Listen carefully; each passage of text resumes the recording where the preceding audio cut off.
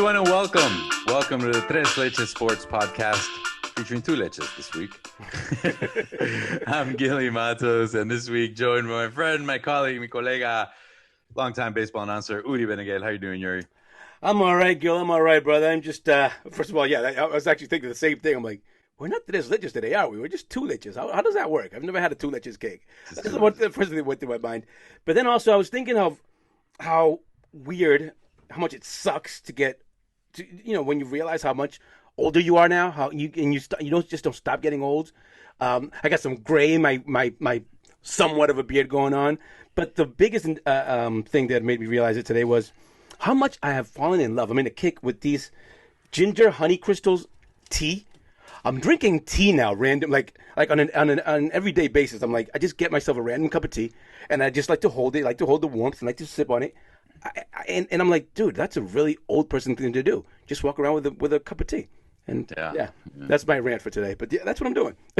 Yeah, just you're gonna start wearing like a cardigan and like glasses too. Pretty soon. But dude, try it. This ginger stuff. This is great. Yeah, you gotta send it to me later. I am a big tea fan. As always, Tres Leches Sports Podcast brought to you in conjunction with El Mundo Boston, and bringing you guys, even though there's only two of us here today, bringing you as always three topics in the world of sports. And we're gonna start off with the NFL, with Patriots wide receiver Julian Edelman announcing his retirement shortly after a failed physical. Patriots releasing him shortly after that. The move marked the end of the star receiver's 11-year Patriots career. Yuri, very simple question here. Where do you rank Julian on the list of all-time Patriot great receivers? Very simple question and very simple answer, Gil. Very, very simple answer. I mean, he's got to be the top. I mean, in the world of sports, I'm used to at least considering, how do you rank players? You rank them by championships. I mean, unfortunately, that's just the reality. When you think of the greats, one of the first questions that comes to mind is, did he or she win? Did they win? Well, yeah, he did more winning than any other wide receiver for the New England Patriots. He'll always be remembered for that iconic catch in Super Bowl 51 versus the Falcons. That catch that it was just unbelievable to this day. Look, all due respect to everybody, to the catch and all that other stuff. That's the greatest catch in Super Bowl history. Exactly. He will always be remembered for that. We're talking about a guy who just really embodied. And in this, I heard part of this from I got to give him credit, from Marcus Spears of ESPN. He said something that really, really hit me. He said that Julian Edelman is the definition of, along with Bill Belichick and Tom Brady, of course, but he said Julian Edelman really is the definition of the Patriot way. Everybody asks, what's the Patriot way? What's the Patriot way? It's a bunch of whack-a-whack. Well, the Patriot way is a lot of things. But one of the big things that we know about the Patriots is that it's little guys, it's no-name guys, it's guys that aren't drafted, guys that aren't looked at, guys that aren't considered, all of a sudden working hard, doing their job, no days off, just busting their asses and becoming superstars. And that's what Julian Edelman did. I mean, this is a no-name guy who's a quarterback then wide receiver in college. The Patriots gave him his shot, gave him his opportunity. Bill Belichick gave him his opportunity. And here we are talking about Julian Edelman. If you're asking me, to me, the greatest wide receiver that the New England Patriots have ever had. And yes, he owes a lot of that to Tom Brady, of course. But you can see, the body of work is there. Super Bowl MVP, dude. I mean, for crying out loud. Not only a Super Bowl champion, but a Super Bowl MVP. To me, number one wide receiver the New England Patriots have ever had, and the best slot receiver we ever had, obviously. I think you're crazy. I mean, look, yeah. I love Julian Edelman. I do. Yep. I do. And I appreciate everything he's done. And certainly former 7th rounder, former quarterback, 3-time Super Bowl MVP. Is he the most winningest receiver? Yeah, he is. He definitely is. But I mean, when you're talking about greatness, I mean, Randy Moss.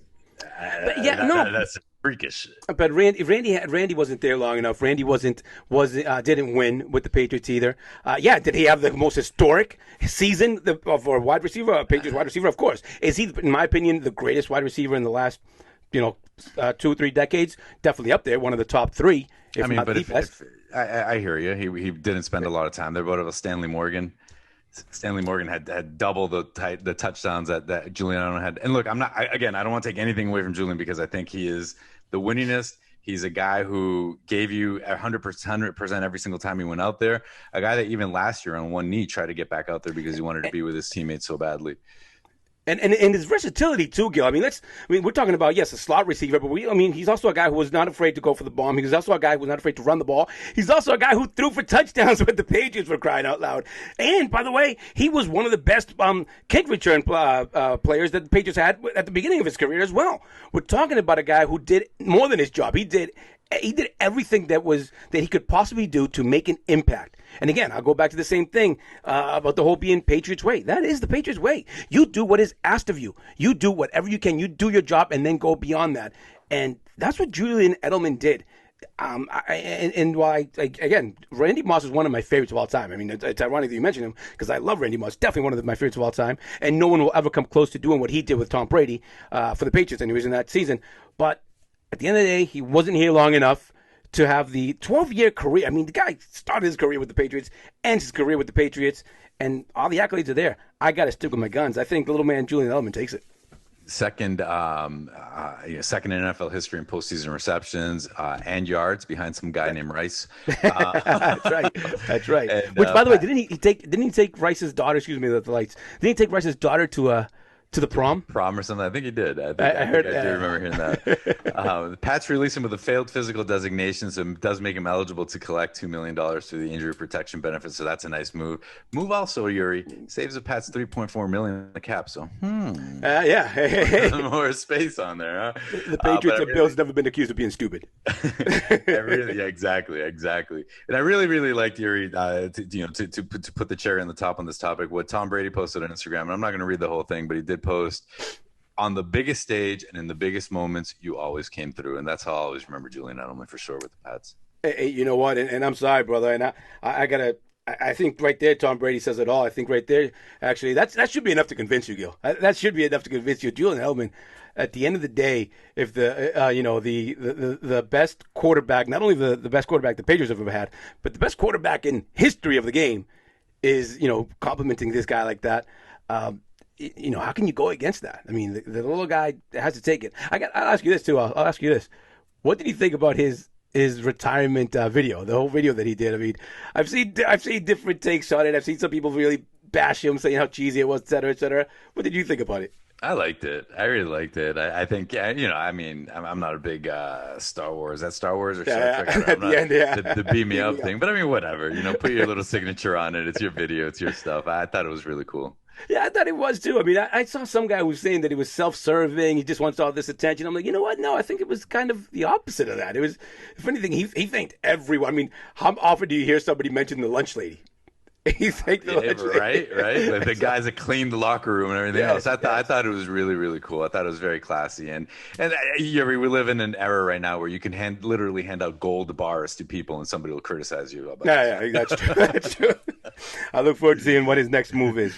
But hey, Gil, speaking of all-time greats and speaking of classy guys, well, one all-time great and why not a classy guy with not so classy comment actually made to Sam Quinn of CBS Sports. We're talking about Reggie Miller, the great Reggie Miller, the Indiana Pacers great Reggie Miller, who told Sam Quinn that, and among other things, he said that if Michael Jordan would have ever tried to recruit him, he would have told him to go F himself.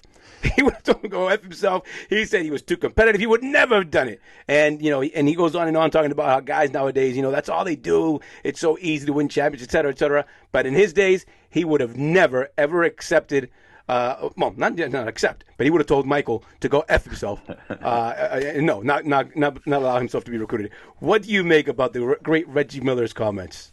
I think the question is actually really funny too, right? I love his comments. I love it because it's real and it represents what that era was all about and is all about. But I love the question as if Michael Jordan would have ever asked him. So when we get that out of the way, but I love the answer because he's 100% right. Like that era was just, they were built different, like the kids like to say, right? Completely built different back then. They did it on their own. They wanted to do it on their own. They wanted to get better and win. And although Reggie never won and never Did they do it on their own? Did they do it on their own though?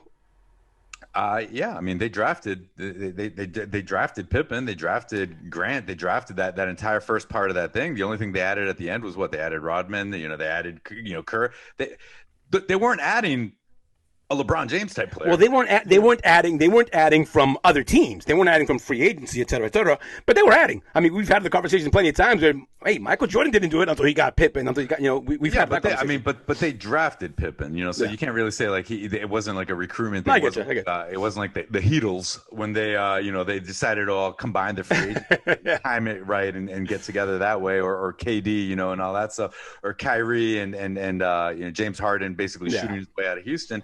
Very different, right? So put together very different. And also, Yuri, the caliber of the player is a little different too. Dennis Rodman, phenomenal player, but Dennis Rodman wasn't James Harden. Dennis Rodman wasn't Kevin Durant. Dennis Rodman wasn't LeBron James, So, but I absolutely love it because it does represent what that era is all about. I mean, could you imagine a Larry Bird saying, "No, I want to go team up with Michael because I want to take down Magic"? Like that would never happen. It would never happen. I think that this culture nowadays is the AAU culture for sure. These guys just bouncing from AAU team to AAU team, trying to win championships and trying to get together that way. And unfortunately, that's a culture of basketball right now. I say, unfortunately, I look at it that way, but I know there's a lot of young guys that are like, "Oh, I love seeing those guys play together and everything else," but that's lost. You see, I'm I don't know if I'm torn. No, I am torn because I mostly agree with you. I do. I was going back and forth with this thing, and I think I still am going back and forth with this thing because while I understand what you're saying, it feels like such an old person's thing to say. And since I'm so young, I'm not drinking tea or anything, but us young people see it differently. It's like my dad always talks about that crap. My dad always says, "Oh, players back then, used to play for the love of their team. They used to stick around with the love of." Oh, shut up! No, they couldn't be free agents. There was no such thing as free agency back then, Dad. Yeah. It's like shut up. So no, it's not. But that has nothing to do with the love of your team or anything like that. I hate that argument. But to me, the biggest thing is, the reason he brought up Michael Jordan is because obviously it was kind of reference to what LeBron James has done and what the big guys are doing. But I find it hard to believe. I don't care who you are. I don't care how competitive you are. I find it hard to believe that if the greatest player of your league, and depending on what league it is, wants you to come play with him and asks you to come play with him, I find it hard to believe that you're going to say like, no. Oh, no, I won't. No, thanks. No, thanks. Thanks, but no thanks. I really have a hard time believing that. I don't know. I just do. And there's also the way of thinking of it this way as well is, the young people may say, and it's true, okay, well, that's your stupid idiot way of thinking or your stupid way of thinking because I'm sorry, I play this game because I want championships. I'm following the championships. I'm following the green. I'm following the money. Well, what's the best way to make most money? Win championships. Be successful. So whichever way you put it that way, you want to play you don't want to play with the greatest of all time? You don't want to play and win championships? Isn't that what you dreamt of when you were a little kid? When you were a little kid growing up and dreaming of becoming this, did you dream of winning the championship? I hear that. I definitely hear that. But I just think, I think there's certain players that are supposed to be considered above that. And those are the ones I would consider the top of the pyramid, right? The ones that are supposed to be the quote unquote alphas. And you have your really good players, and then you have the top of that pyramid. And I'm talking about, back in the 80s, the Magic, Michael, Larry, those guys. I'm talking about now, LeBron, KD. And to see those guys jump ship and try to join forces and all that, that's what I have a problem with is those guys, not the other guys, like I know it's kind of rude calling them secondary stars, but I'm talking about. I know what you mean. Those secondary stars. But I mean, I just. Going back to the whole, LeBron thing back with the Heat, I could never picture any of those guys saying oh, I'm going to go join somebody else's team. I'm going to go join Dwayne's team. That stuff is a little weird to me still. And it is what today's NBA is. And yes, that's the thing. It is what today's NBA is. But I don't know if I can knock it, Gil. Again, you got to. I don't know. I don't want to say that I'm playing devil's advocate because there's part of me that really believes what I'm saying. But that's why I say I'm going back and forth. So here's it's not stupid. If LeBron James wants you to come, is recruiting you, he's the best player on earth. Go play with LeBron James. Go win. That's what you want. You want to win. Oh, I hear you. So Reggie Miller retired. What did Reggie do? So do the LeBron James 1-year contracts then. Do the Trevor Bauer 1-year contracts then. Give yourself that flexibility. Don't sign a 6-year deal with a team claiming loyalty and then shoot your way out of there 3 years into the deal like that. Nobody signs a 6-year deal claiming loyalty. They sign a 6-year deal because they showed them the money. I mean, that's the only thing that's ever influenced these guys. Live up to your deal. You know what you did. You know what you did when you signed it. I mean, AD, you signed with New Orleans. You signed with freaking New Orleans. You know what you're doing. So, I mean, I don't know. That's where I draw the line with it. Ironically enough, though, one thing I did not know about that story was that Reggie Miller was recruited to join the Celtics in 2007.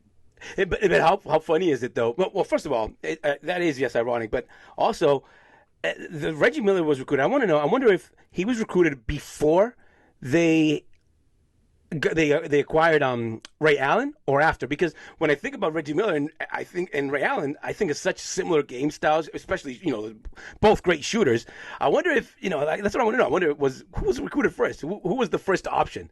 And then, by the way, also caught my attention that he told himself, "I can't get my body back in shape on time to accept this." I think it was after they had all three of them already, and I think I think he was going to step into the Eddie House role. Just jack him up, which would have been awesome, right? Like I think it would have been interesting to see. I mean, yeah, he was older, but listen, the last thing that goes for those guys is the ability to shoot. So. I bet you. Yes, I was going to say, I bet you he could still shoot. 100%, 100%. And I'm sure there's a bunch of guys like Omar that think they can take him one-on-one right now. He's got to get through Scalabrine first. Aren't those videos awesome? I love watching them. They're the best. Scalabrine, by the way, is the best. Scalabrine's the best. So good. He's just destroying these cats out there. It's awesome. Anyways, moving on to MLB. MLB and its umpires, surprise, are under fire after two obvious calls were blown despite the use of the replay system. Umpires Ron Culpa and Lance Barrett's calls were very publicly lambasted. Yuri, what are your thoughts on MLB's latest controversy here, umpiring controversy? Those are my thoughts. I mean, maybe I was stuck, and I thought about it before. I did think about it, but didn't really give it as much importance or as much thought as I should have.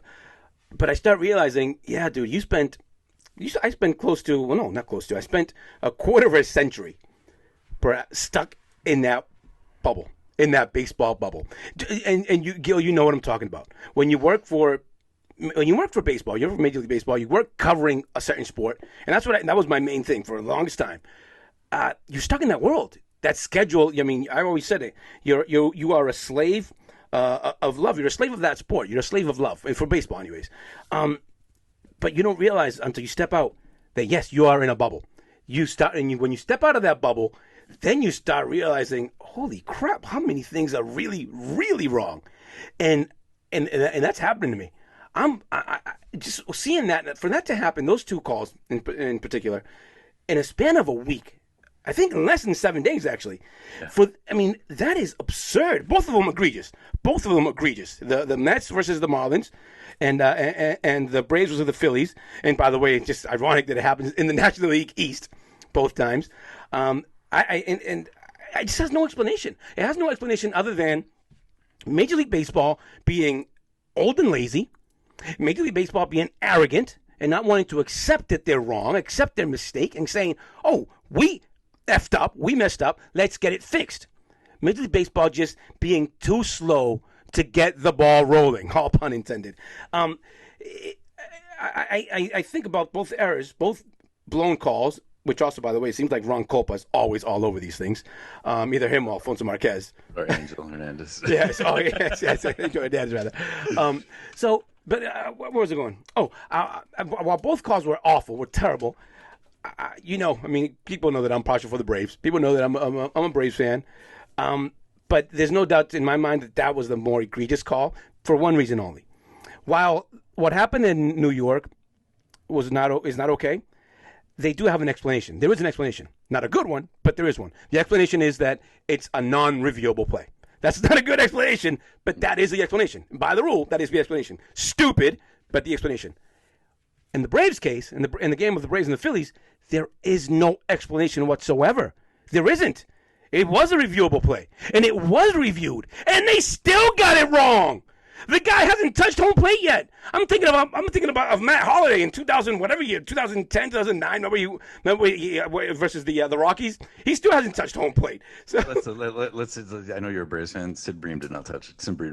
Shut up. Yes, he did. Shut up. He was not tough.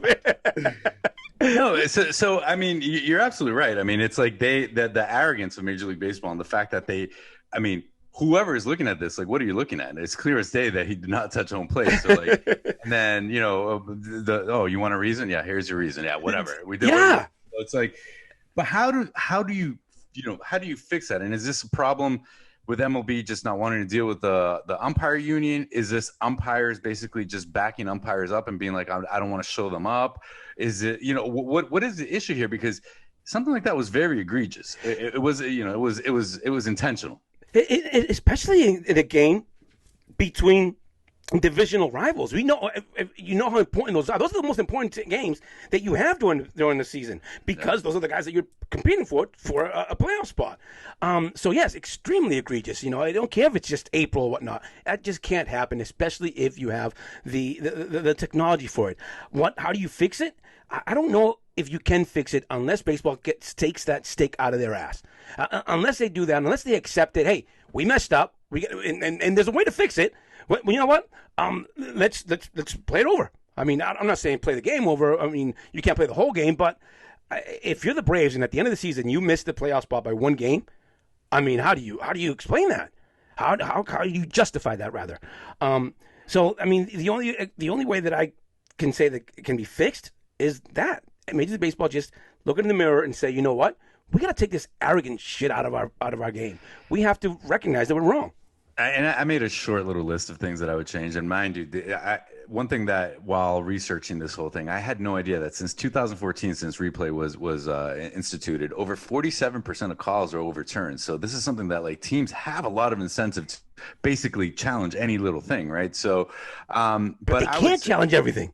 Yeah, well, what they could challenge, right? But 47% of those calls were overturned. And I mean, for one, I think MLB needs to start holding umpires accountable for poor performance. And this goes back to the umpire union. Is this just the MLB not wanting to fight the umpire union? Is the umpire union that strong, But another thing I think they should do is just ignore the call on the field. Whoever's reviewing these calls should not know what the call was on the field and just make their own judgment on it, right? So I think, I wonder if a problem is the fact that it's other umpires looking at it and not wanting to show up umpires. But then again, that leads to the question, isn't this worse? Like, everybody's talking about this. Exactly. You're calling attention to a terrible situation for yourself. I mean, if you want to hide it, you're doing an awful job at it, terrible job at it. And hey, by the way, I mean, they do have Theo at MLB now. They do have Theo looking for ways to improve the game. Theo Epstein, by the way, to improve the game and so on and so forth. But I mean, when things like this happen, in a matter of a week, in the first 2 weeks of the season, you start realizing and saying, holy crap, Theo, you have a lot of work to do. That's a lot of work to do. Yeah. And I mean, there's one of the things I would start off with right off the top is getting rid of that stupid little thing where if the runner loses contact with the base for a split second, they're out. Like, come on, what are we doing? That's an absurd one. And it just stops and slows the game down. Like, get rid of that thing. Like, use it for what it's for in those big plays and get the call right when you do it. But one thing was interesting. I wonder if I'm sorry. No, I had no idea that cricket, the sport of cricket, uses this thing called hotspot technology that's infrared, and it picks up heat generated when the ball hits a bat or strikes anything. Use that, right? But that's just it. Major League Baseball is so, I don't know if they're afraid. Major League Baseball reminds me of my dad. My dad, and bring him up again, but my dad's 80, what was my dad? 82 years old? Yeah, 82 years old. 84. My dad's 84 years old. And you seeing my dad use a smartphone, oh my God, it's the most painful thing in the world. It's the most painful thing in the world. Seeing my dad use the microwave, seeing my dad use our stove is oh my God, it blows me away. And that is what I compare Major League Baseball to. Major League Baseball is so afraid of technology. I mean, look how long it took them to implement the replay, Gil. And they still have no idea how to use it. Obviously, they're so afraid of implementing new technology to influence the game. They're either afraid or just stubborn that you almost start losing hope. I mean, they've had all this technology for forever now, Gil. Forever. It's 2021, and they just don't do it. Why? Tell me why. There is no reason why. There is no reason why. I mean, listen. Use my career as an example. 20 some odd years broadcasting for the Boston Red Sox. My broadcast booth, just 2 years ago, finally got electric windows. before that, for 20 some odd years, I had to lift those 100-pound, and it wasn't me. I mean, you've been to my booth. I remember, yeah. Those had to lift those things manually, and I was afraid they were going to drop on top of me. Just 2 years ago, we got electric windows put in. Those things are, but that's a Fenway thing, though. That's well, yeah, but Fenway represents baseball better than anything. One last note here on this is, so interestingly enough, I was watching in Miami. I'm watching the Marlins game. And John Birdie's steal of second base was overturned. Marlins manager Don Mattingly came out and was ejected by umpires who initially agreed with what he was arguing. So I thought that was really really funny and interesting there too. That's also your fault for watching too many Marlins games. What are you doing? What are you doing? They're good. Oh yeah. Well, that leads us here to the last segment of the show, where we give the abrazo or the chancletazo. It's a hug or a spanking for those of you that don't speak Spanish. And let's start off with you, Yuri. What do you got this week? Oh, I get to go first? Yeah. Well, Omar's not here. I was wondering, am I going to finally get to go first now? There you go, finally, right? Hey, and yes, big shout out to Omar's still living the life up in Colombia, huh? Yeah. Does he plan on coming back at all? Traveling the world. The hell. Yeah. Some guys just have all the luck. Enjoy it, brother. But listen, hey, I'm going to go with I got to give. I was looking for a chancletazo. I really wanted to give a chancletazo, but I got nothing but love today. I got nothing but love. I got to give a big abrazo to a guy who I don't want to say that he doesn't get recognized for it, but I just don't think he gets enough recognition for it. I saw this story earlier today, and I was actually just looking for it, and I couldn't find it. I didn't want to waste too much time looking for it. I know the gist of it. And this is to Big Shaq, one of my buddies, Big Shaquille O'Neal. I saw a story where he was at a Zales. He walked into a jewelry store, Zales, the jewelry store. Yep. And he just happens to overhear a young man in his early 20s going in to make a payment for his engagement ring. And he's inquiring about how much he owes, and trying to break it down, how much how long it'll take him to pay it off, et cetera, et cetera. And Shaq was eavesdropping, simple as that. And Shaq, it sees the young man, and sees, he's a hard working young man, dressed, I think, just like he's a typical working man, whatever. And Shaq goes over and pays off the ring, buys the ring for the guy, buys the ring from him, doesn't know, just buys him the ring, and he tells him, just go off and invest that in your wedding, invest that in your wife, and then, you have a good life. And just like that, it happened to be caught, not by Shaq, it wasn't Shaq who reported it, but it just happened to be caught on camera, obviously, and it got out there, got leaked, because he doesn't, he's not going to give himself that type of credit, but he was caught doing it, and those are the kind of stories that really just make you feel good. They asked him about it, and he explained that he just likes to put a smile on people's faces, and I can vouch for that. I got to know Shaq. I got to know Shaq for the time that he was with the Celtics briefly, and actually had to cover his. I was working for Nesson, and I had to cover his Shaka Claus thing. I don't know if you know what Shaka Claus is. Yeah. He goes shopping. He goes to Toys R Us. And he pretty much buys this. He goes shopping. He goes Christmas shopping for kids and just pretty much buys the entire store almost.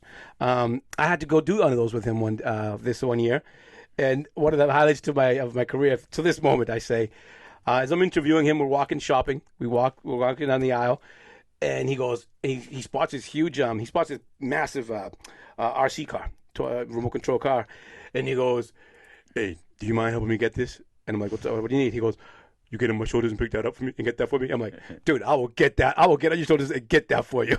And man, I know that I'm not a big dude, but I'm a grown man. I mean, I'm like, I was at the time, I was maybe 180 pounds or whatnot. He picked me up like a doll. Like legit, you would pick up a Barbie and just threw me up there. I grabbed it right now. I'm like, that's probably the first, it's definitely the first and probably the last time I will ever reach the top shelf without a ladder. But I'm sorry I went off rails on that one, but I just wanted to give Shaq some love. He deserves some love because the big man does a lot of good. Yeah, and, that's great. As somebody who just got engaged in December, where was Shaq when I was buying my engagement ring? Touche. No, good for him. That's a definitely great deed, and always, you hear from everybody. He's such a great guy. Yeah. So I'm gonna give do something a little different today. I'm gonna do some quick hit abrazos. So I'm giving some big hugs, abrazos to Julian Edelman, to the Red Sox 7-game winning streak, to the Jason Tatum haters after he won NBA Player of the Week honors, and a big abrazo to the Denver Nuggets and their chances after Jamal Murray unfortunately tore his ACL. against the Warriors. So, and then my chancletazo just won to the Brooklyn Nets for taking the Lakers lightly. Lakers currently 5th place in the West, undermanned with AD and LeBron out. A chance to knock them back one more game and closer to the play-in tournament, and Brooklyn took it easy on them. Yeah, but Kyrie Irving played like not even half the game. Harding didn't play at all. This is my point. You could have knocked those guys back one game and made it a little even harder, get them closer to that play-in tournament because they're struggling to win every single game they can now. You know this is going to be your biggest foe out there. Do everything you can to keep them out. And, you have 2 shots at them during the season, East versus West. And that game didn't mean anything. I hear you. It's a regular season game. That's what you're saying. But in terms of the standings, you could push them back one more. They're in 5th place right now. You can push them back one more game. And, I just think it's a missed opportunity there. Yeah. So. All right. Yeah, I agree. Yeah, maybe. Yeah, they deserve a chancletazo. I'll give it to them as well. Hey, not too bad for a two Leches. Those Leches show, huh? Not too bad. No, you know what's funny? My brother Mark tells me that 2 of his friends had asked him on separate occasions if it was 3 leeches. Which completely changes the complexion of the show. Absolutely. I like that. Well, anyways, we've reached the end of this episode of the Tres Leches Sports Podcast. As always, check us out on all the social medias, YouTube, Twitter, Facebook. Interact with us during the week as well. As always, Tres Leches is brought to you in conjunction with El Mundo Boston. For the absent Omar Cabrera, who's training for his fight with Floyd Mayweather, he still says he can. For Yuri Berenguer, I'm Gilly Matos. Have a great week, guys. Peace out. All right, brother. You think you can take him? Get his ass kicked.